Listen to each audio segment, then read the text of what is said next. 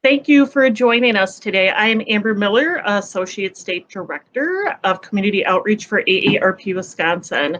Today we are talking to Jean Kalscheur, who is the Education Program Specialist with Wisconsin Council of the Blind and Visually Impaired. And she's going to be talking all about vision and fall risk. And this is to highlight the September being National Falls Prevention Month. So Jean, thank you so much for joining us today. We really appreciate you being here with us. Well, thank you for having me. Absolutely. So how does vision affect an older adult's fall risk? Well, as with many things that happen as we age, our vision also changes. And most of these are subtle changes, and so they may not be very obvious. Probably the one that we notice first is the one where it's hard to focus on small print. So this slide kind of lists the different ways that vision changes with age. And in middle age, 45 to 55, we start to notice that we don't see small print or a lot of the detail as well as we used to. And a lot of times that's what takes us back to the eye doctor. That one doesn't affect falls as much as the other ones do. So one of the other changes that occurs is that we have less contrast sensitivity. And contrast sensitivity is being able to clearly see an object from its background, especially when there's similar colors and not a lot of distinction between the background and the object. And so as we age, that becomes less. So how that relates to falls is that it can make it harder for us to see things, particularly in dim light or in the evening, for example, when everything's sort of dark.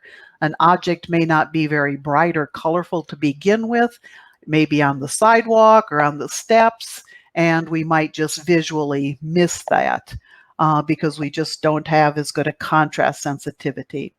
Another time is like when you're out walking on grass. You may not see a divot in the grass or a slight drop off. So those are ways that contrast sensitivity can affect our fall risk. It also takes us longer to adjust to changing light condition as we age. And we really don't think a whole lot about this until we go to a theater, to a movie, or to some other theater event. And we notice that we go in from a bright lobby into a dim or dark theater, and we can't see the stairs. We can't see the edge of the chairs as they go up the stairs. So we really need to be cautious in those environments because it's going to take our eyes a longer time to adjust to that dim light. This can also be true when we're in a real sunny area, like a store parking lot, and then we go into the store and we can still see things, but they're just not as sharp as we want them to be until our eyes adjust to that brighter light. Okay. Cataracts are a typical part of aging, and cataracts are a coloring, a yellowing of the lens of our eye. And as our cataracts grow or evolve, they can create a blurriness in what we see. And then the last thing to talk about as it relates to fall risk is that we need more light, yet we're more sensitive to glare. So it's important for us to have a lot of environmental light to be able to see what's going on around us. Yet when we're outdoors or in really bright light, it's important that we control any sort of glare that might be coming at us. So those are the main ways that our vision changes as we age that can increase our risk for falls. Now, none of these changes create low vision or blindness. That is not a typical part of aging. There are some eye diseases that some people have that can create low vision and cause an even higher risk for falls because of those conditions. And Jean, we know vision is extremely important, especially at any age. And you brought up a lot of good factors, especially when we are aging gracefully. So what vision-related healthcare interventions or services can help an adult reduce his or her fall risk? Okay, so probably the biggest healthcare intervention is to make sure that you have a complete eye exam every year or two after age 65. Regular eye exams help your eye doctor catch any problems earlier, and it also helps to keep any eyeglass prescription that you have up to date and for you to be seeing your best. The eye doctor can also help assess where your cataracts are at. So in this next slide, it shows just looking at a building, somebody with typical vision on the left-hand side, that same building with an early cataract, and then the building again with an advanced cataract. And in our culture and society, cataracts is a pretty treatable problem. And so it's important that people have a regular conversation about, are things getting fuzzy and blurry? Because clearly, if your eyes are as blurry they are, as even in that early cataract picture, you still can be at a much higher risk for falls because you're going to miss just a lot of the detail in your environment. The other just vision related healthcare intervention is that for many of us, we wear bifocals. And bifocals do a wonderful job once we figure out how to use them well. Many of us, when we first get our bifocals, all of a sudden going downstairs becomes a problem because we can kind of see two steps, especially out of the corner of our eyes. And that's because we've not adjusted to what part of that lens to look through. And so what's real noticeable when we initially get our bifocals, but even whenever we have a prescription update and get a new set of eyeglasses, we need to give ourselves time to adjust and be particularly cautious during those first couple weeks to make sure that we are adjusting to where the lenses are and which lens to look through for which purpose. And so it can be real troublesome wearing bifocals and then to look down directly at your feet because that's going to distort the image because we're looking through the part of the bifocal that was created for near vision and not for distance vision. Absolutely. I mean, when you think about when you showed that picture of early and as cataracts, as you're getting older, how blurry it is. So imagine, driving and walking through Right. your home and how this definitely, having a relationship with your ophthalmologist or optometrist is so important. And Jean, also because cataracts are so gradual, many of us don't notice that those changes are occurring until there's some event where all of a sudden it's like, wow, that really is blurry, and I need to get it checked out. So don't assume that just because you think you're seeing okay, that there might not be subtle changes that actually are creating a more blurry view of your world. Absolutely. And then also, Jean, so what vision-related strategy should an older adult consider to help reduce his or her fall? Okay, so a real basic one is if you wear eyeglasses, keep them clean. Dirty eyeglasses reflect light, it creates glare, and it can also create distortions in what we see if we have splotches in the middle of our eyeglasses. Another thing is to protect your eyes and to reduce glare. And so for many older adults, they may get sunglasses that are really dark, and dark sunglasses make us less safe.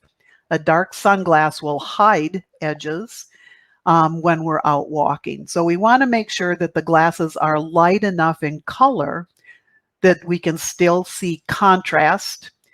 And even light colored sunglasses, like in this picture, can still protect us from ultraviolet, UVA, and UVB sunlight.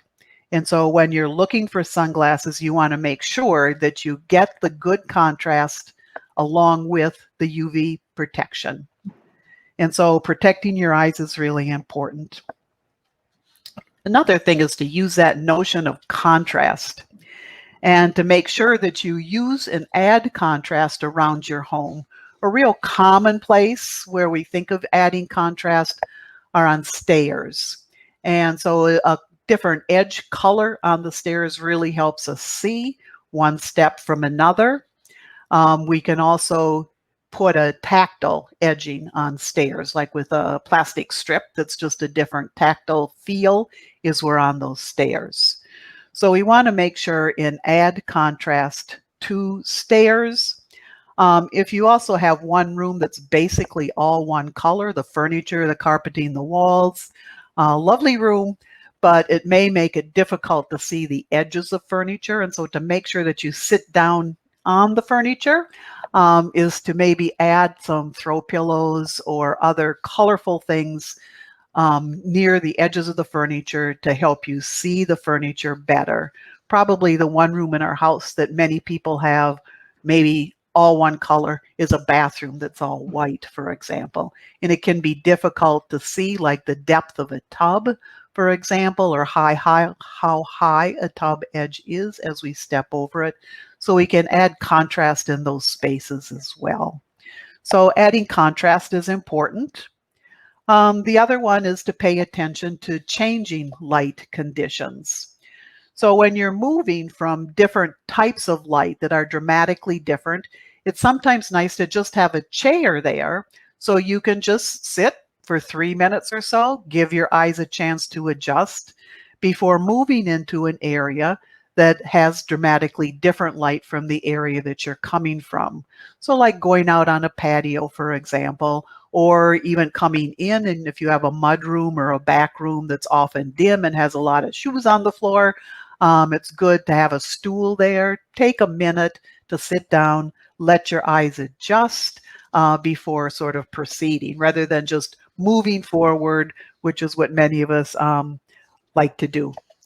The other thing that we want to do is to give ourselves time when we're in theater type events, is when the lights come up at the end of the performance, is to stay in your seat. Let people pass you to get to the aisle and on the steps. You just wait a few minutes. Give yourself 3-4 minutes just to sit there until your eyes adjust, so that when you go out into the aisle and start going up or down those stairs, that you clearly can see the step edges and the edges of the seats.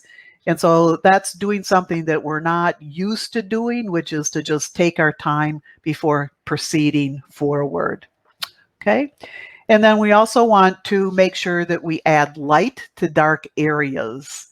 And so in this picture, stick-on light has been added near the baseboard so that steps are easier to see. So something like this, or even rope lighting along the edge of the steps, can really highlight where steps are, particularly carpeted steps. Earlier I talked about putting strips on the step edges. That doesn't work on carpeting, whereas adding light is a better choice. You also might want to add light into rooms or places in your home that just tend to be dim. So walk-in closets, pantry areas, that entrance from your garage into your back room, those are often areas where, yes, there's light, but it's kind of dim light. And those are also areas that tend to have things on the floor. And so to add lighting to make sure that you can see what's going on is an important thing. And there's lots of stick-on options available. You do not need to bring in an electrician, just a visit to your local hardware store or big box store. Carrying a flashlight is always a good idea. And if you're out at dawn, dusk, or in the evening, is to just put that flashlight in your hand and swing it as you walk so that you can see the edge of the walkway or the path in front of you, just to make sure that it's clear as you're moving along. If you're going to an unfamiliar environment and staying overnight in a hotel room or a grandchild's house, for example, make sure you have your flashlight and use it when you get up to use the restroom. And the last thing is to use caution in unfamiliar locations. So in this picture, it's a little bit hard to tell. It looks like there might be steps or changes in level along that white walkway looking forward, where it's all just shadow from the pillars and the roof that creates that appearance. So we just need to be careful and make sure that we do an environmental scan, assess where we're walking, and take our time as we move through that environment. So those are just some simple things that any of us can do to begin to change our safety and reduce our risk of falls. Great. Thank you, Jean, so much for joining us today. A lot of great information, and I would say most of it is free or low cost. So definitely people can maybe watch the video and take action right away. So thank you again, Jean. We really appreciate you joining us. Thank you, Amber. Absolutely. And if you are watching this video, please feel free to tag any of your friends and family who would like information about their vision and fall risk prevention. Otherwise, please share this on your social media. We really appreciate it. Thank you so much for joining us today, and take care.